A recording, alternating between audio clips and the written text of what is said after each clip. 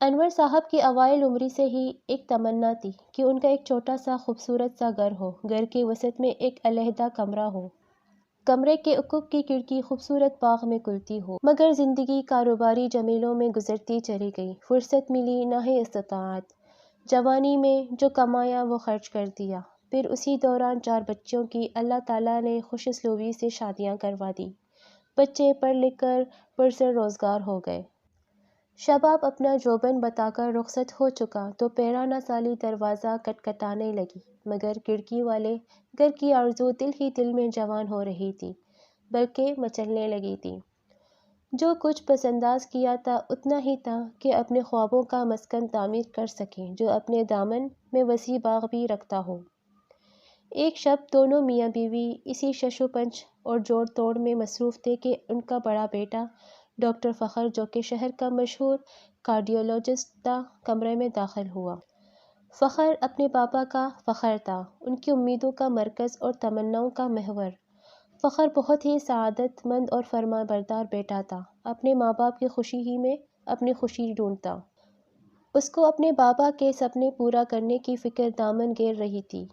فخر نے کچھ دیر اپنے بابا کے ہلکے ہلکے ٹانگیں دبائیں اور پھر بتایا کہ میرا دوست اپنا گھر بیچ کر انگلینڈ شفٹ ہو رہا ہے۔ ٹاؤن ہاؤس ہے، نیچے ڈرائنگ ڈائننگ، وسیع لاؤنج اور ایک الگ تلک کمرہ جس کی کھڑکی وسیع و عریض سرسبز و شاداب باغ میں کھلتی ہے۔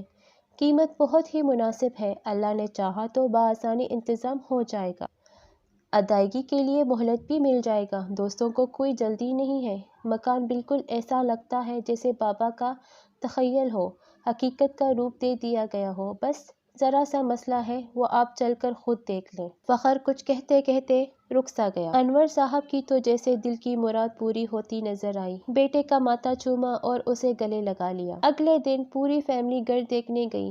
گھر کیا تھا، بالکل انور صاحب کا سپنا حقیقت کا روپ دھارے کھڑا تھا۔ سب چیزیں بالکل پرفیکٹ تھی، علیحدہ کمرہ، کمرے میں افقی کھڑکی، کھڑکی میں تیجانگا کا سرسبز و شاداب جنت نظیر باغ۔ مگر جو بات بالکل غیر متوقع تھی وہ تھا باغ سے جڑا قبرستان۔ بس یہ ملحقہ قبرستان قطعی اضافی تھا جو سپنوں میں بھی کبھی شامل نہ رہا تھا۔ یہی وہ بات تھی جو فخر نے غور کر دی تھی۔ یہ منظر دیکھ کر انور صاحب کو ایک دم جھٹکا تو لگا، مگر لبِ بام فقط 2 ہاتھ کے فاصلے پر چھوڑنا بھی گوارا نہ تھا۔ بیگم نے دبے لفظوں میں خوف کا احساس دلایا، مگر انور صاحب فیصلہ کر چکے تھے۔ یوں سمجھے کہ ایک نئی دنیا انور صاحب کی منتظر تھی۔ بابا قلندر کہتے ہیں کہ جس چیز کو ہم موت کہتے ہیں اس میں بھی ایک وسیع دنیا آباد ہے، اس دنیا میں بھی زندگی اپنے تمام رنگوں کے ساتھ حرکت میں ہے۔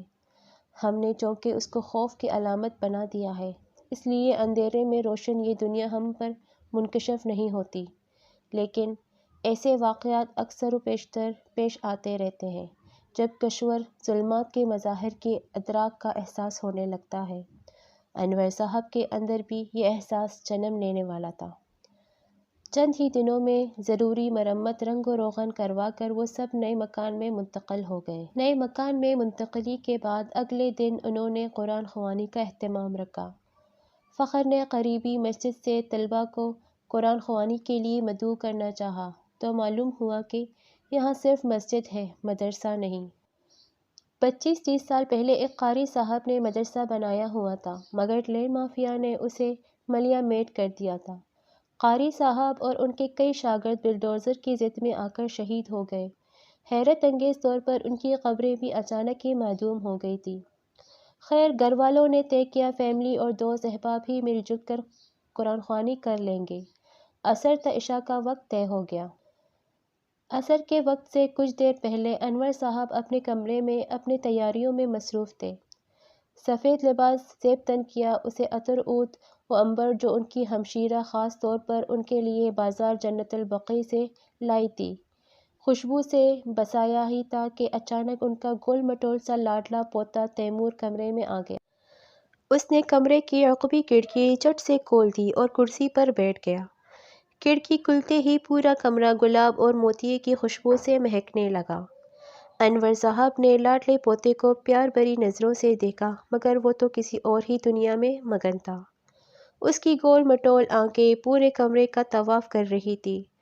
اچانک کہنے لگا، دادا جان، وہ دیکھیں موٹا سا بچہ مجھے دیکھ کر کتنا خوش ہو رہا ہے۔ اس کو اندر بلا لیں، میرا دوست بنے گا، میں اس کے ساتھ کھیلوں گا۔ دادا یہ دیکھیے، اسی بچے کو یہ میرا ٹوائز سے کھیل رہا ہے۔ انور صاحب نے حیرت سے کھڑکی کے پار دیکھا، کمرے میں نظریں دوڑائیں مگر کچھ نظر نہ آیا۔ ابھی وہ حیرت کے سمندر میں غوطہ زن تھے کہ تیمور نے ایک اور دھماکہ کر دیا۔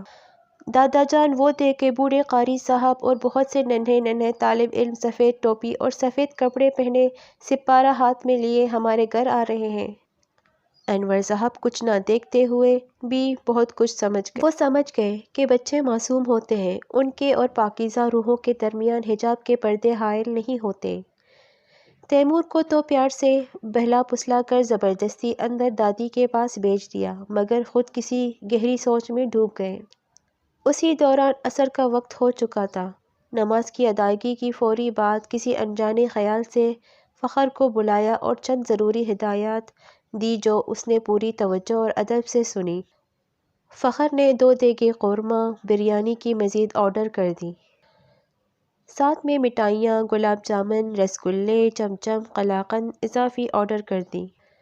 لوبان کی اگربتیاں منگوا کر گھر میں سلگا دیں۔ کچھ ہی دیر میں گھر میں لوبان کے ساتھ ساتھ کافور اور تازہ گلاب کی پتیوں کی انجانی مدھر خوشبو بھی خود بخود مہکنے لگی۔ گھر بھر میں ایک انہونی سی چہل پہل محسوس ہو رہی تھی، جبکہ مہمانوں کی آمد تو ابھی شروع بھی نہیں ہوئی تھی۔ اگست کے عالم حبس میں بھی عجب ٹھنڈک سی انور صاحب کے وجود میں اترتی ہوئی محسوس ہونے لگی۔ قرآن خوانی جاری تھی کہ ایک دم بجلی چلی گئی۔ سناٹا طاری ہو گیا۔ سناٹے میں ایک ہلکی سی آہٹ ہوئی۔ دھیرے سے مرکزی دروازہ کھلا۔ سفید براق لباس اور سرخ عمامہ میں ملبوس ایک انتہائی نورانی شکل صورت کے بزرگ اندر داخل ہوئے۔ ایک نور کا ہالہ سا ان کے گرد طواف کر رہا تھا۔ بجلی گئی ہوئی تھی، مگر اچانک فانوس پورے آب و تاب سے روشن ہو گیا، جیسے اچانک 440 وولٹ کا ہائی وولٹیج آ گیا ہو۔ یہ دیکھ کر انور صاحب کو حیرت کے جھٹکے لگ رہے تھے، مگر انہوں نے خود پر قابو رکھا۔ بزرگ نے عربی لہن میں تلاوت قرآن شروع کر دی۔ لہجہ ایسا شیریں تھا کہ ماحول پر ایک پھر کافی وجود طاری ہو گیا، وقت جیسے تھم سا گیا۔ حضرت نے گل وگیر لہجے میں دعا فرمائی۔ جب شہداء کی مغفرت کی خصوصی دعا ہوئی تو ہلکی ہلکی سسکیوں سے کمرہ گونجنے لگا۔ اسی دوران میں مغرب کی اذان کی صدائیں بلند ہو گئیں۔ بزرگ یکدم اٹھ کر جانے لگے۔ ان کے اٹھتے ہی ایسا محسوس ہوا جیسے فضا میں ارتعاش سا پیدا ہو گیا ہو۔ انور صاحب نے بے اختیار مصافحے کے لیے اپنا ہاتھ آگے بڑھا دیا۔ حضرت نے مسکرا کر مصافحہ کر لیا۔ ان کی نظروں کی گہرائی اور ہاتھوں کی یک ٹھنڈک انور صاحب کو اپنی ریڑھ کی ہڈی سے ہوتی ہوئی روح تک اترتی محسوس ہوئی۔ انور صاحب کی نگاہیں عین اسی لمحہ وہاں موجود جمعہ خان کی نظروں سے چار ہوئیں۔ ان میں عجیب الجھن سی دکھائی دی جسے نظر انداز کرنا ممکن ہی نہیں تھا۔ نماز فجر کے بعد جب انور صاحب چہل قدمی کے لیے قبرستان کی طرف کو نکلے تو جمعہ خان دبے دبے قدموں ان کے پیچھے آ گیا۔ جمعہ خان بوڑھا بلوچ گورگن تھا جو چند ہی دنوں میں انور صاحب کا پکا دوست بن گیا۔ جمعہ خان نے دھیرے سے بتایا کہ جو بزرگ کل شام آپ کے گھر تشریف لائے تھے وہ وہی قاری صاحب تھے جو 20-25 سال پہلے مدرسہ چلاتے تھے اور شہید ہو گئے تھے۔ انور صاحب کی ریڑھ کی ہڈی تک میں سنسناہٹ محسوس ہونے لگی۔ قرآن پاک میں سورہ آل عمران کی آیت ذہن کے نہاخانوں میں جگمگانے لگی۔ جو لوگ اللہ کی راہ میں قتل ہوئے ان کو مردہ ہرگز گمان نہ کرو، بلکہ وہ اپنے رب کی پاس زندہ ہیں اور انہیں روزی مل رہی ہے۔ وہ سمجھ چکے تھے کہ باغیچے کا کھڑکی کا سپنا انہیں کسی اور بھی دنیا سے جوڑ چکا ہے۔ اس جوڑ میں انور صاحب خود، تیمور اور جمعہ خان ان کے ساتھی تھے۔ پھر تو یہ روز کا معمول بن گیا۔ چھوٹے موٹے واقعات ان کی زندگی کا حصہ بنتے چلے گئے۔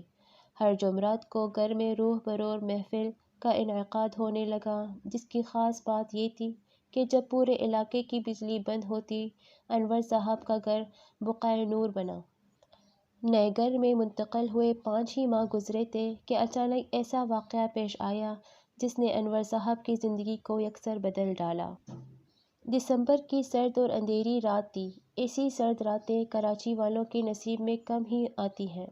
انور صاحب لحاف اوڑھے سو رہے تھے۔ سونے سے پہلے ان کا معمول تھا کہ آیت الکرسی پڑھتے اور کھڑکی کی چٹکنی لگانا نہ بھولتے۔ اس روز بھی ایسا ہی ہوا تھا۔ رات کے آخری پہر انور صاحب کو کمرے میں تپش سی محسوس ہوئی، جیسے کہیں آگ جل رہی ہو۔ وہ گرمی سے پسینہ میں شرابور ہو گئے۔ لحاف اتار دیا، اٹھ کر پنکھا چلانے کی ہمت ہوئی نہ ہی جسم میں سکت تھی۔ لیٹتے لیٹتے استغفار کا ورد کرتے رہے۔ کھڑکی روشن تھی، جیسے قریب ہی الاؤ جل رہی ہو۔ آہ و فغان کی ہولناک آوازیں صاف سنائی دے رہی تھیں۔ پلنگ ہلتا محسوس ہو رہا تھا۔ خوف سے دم نکلا جا رہا تھا کہ اسی خوف کے عالم میں کہیں دور سے اذان کی صدا بلند ہوئی۔ یکدم گرمی جیسے فنا ہو گئی۔ موسم ویسے ہی یخ بستہ ہو گیا جیسے اس کو ہونا چاہیے تھا۔ انور صاحب فوراً کلمہ استغفار پڑھ کر اٹھ بیٹھے۔ بے ساختہ ان کی نظر کھڑکی پر پڑی۔ چوپٹ کھلی تھی۔ سرد موسم میں بھی ماتھے پر پسینے آ گئے۔ وضو کر کے قبرستان میں بنی کچی سی مسجد میں نماز کے لیے جا پہنچے۔ نماز کے بعد ذکر و اذکار سے فارغ ہوئے تو جمعہ خان سلام کے لیے آگے بڑھا۔ اس کے سپاٹ جریو زدہ چہرے پر وحشت و خوف کے سائے لرزاں تھے۔ چہل قدمی کے دوران وہ انور صاحب کے کمرے کی کھڑکی کی طرف ایک تازہ قبر پر پہنچ کر ٹھہر گیا۔ تازہ قبر پر دراڑیں ایسی پڑی تھیں جیسے حال ہی میں زلزلہ کا بھونچال آیا ہو۔ حاجی صاحب، یہ میت کل پرائیویٹ ہاسپٹل والے لائے تھے۔ یہ کسی متعدی بیماری کا مریض تھا۔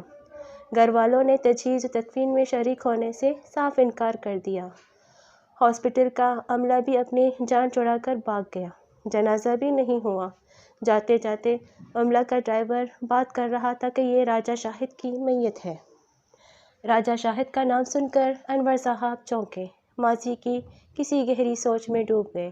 ماضی، حال اور مستقبل الگ الگ نہیں ہے، بلکہ مختلف کیفیات کا نام ہے جو وقتاً فوقتاً انسان پر طاری ہو جاتی ہے۔ راجہ شاہد ایک پراپرٹی ٹائکون تھا۔ وہ انور صاحب کے بچپن کا دوست رہا تھا، مگر کینہ پرور، مکار اور احسان فراموش شخص ثابت ہوا۔ اس نے انور صاحب کی وزاداری، نرم گفتاری اور اندھے اعتبار کا ناجائز فائدہ اٹھایا اور ایک موقع پر تو انور صاحب کی تمام جائیداد اور کاروبار بھی قابض ہو گیا، جس کے باعث انور صاحب طویل عرصہ سخت مالی مصائب سے دوچار رہے تھے۔ بیواؤں، یتیموں کی جائیداد پر قبضہ کرنا راجہ کا محبوب مشغلہ تھا۔ آہیں، بددعائیں، سسکیاں سب اس کے لیے بے معنی تھیں۔ راجہ کا ایک ہی تکیہ کلام تھا جو وہ لوگ پر اپنی خدا خوفی کا بھرم قائم کرنے کے لیے بولتا: مجھے اپنے قبر میں بھی جانا ہے۔ کہتا تو وہ سچ تھا، مگر حق کو دل سے مانتا نہ تھا، جس کا انجام انور صاحب نے رات اپنی آنکھوں سے دیکھ بھی لیا۔ ان کی آنکھوں میں نمی تیر گئی۔ جمعہ خان کے ساتھ مل کر فاتحہ خوانی کی اور دعا کے لیے ہاتھ اٹھا دیے اور ایک سرسبز ٹہنی قبر پر بے پوس کر دی۔ جاتے جاتے ہلکے سے قبر کے سرہانے جا کر بولے کہ میں نے تمہیں معاف کر دیا، اللہ بھی تمہیں معاف کرے۔ انہوں نے سوچا شاید اس طرح کچھ اس کے عذاب میں تخفیف ہو جائے۔ انور صاحب کے دماغ میں آقا کریم صلی اللہ علیہ وسلم کا فرمان جگمگا رہا تھا کہ قبر کے باغوں میں سے ایک باغ یہ ہے، جہنم کے گڑھوں میں سے ایک گڑھ۔ انور صاحب کے کمرے کی عقبی کھڑکی اب شب بھر کھلی رہتی ہے، کیونکہ مستقبل میں اس دنیا اور ایسے بے شمار دوسری دنیاؤں کے اسرار و رموز اسی کھڑکی کے رستے انور صاحب پر آشکار ہونے تھے۔ اگر آپ کو یہ ویڈیو اچھی لگی ہے تو اس کو لائک کریں اور شیئر کریں اور میرے چینل کو سبسکرائب کریں۔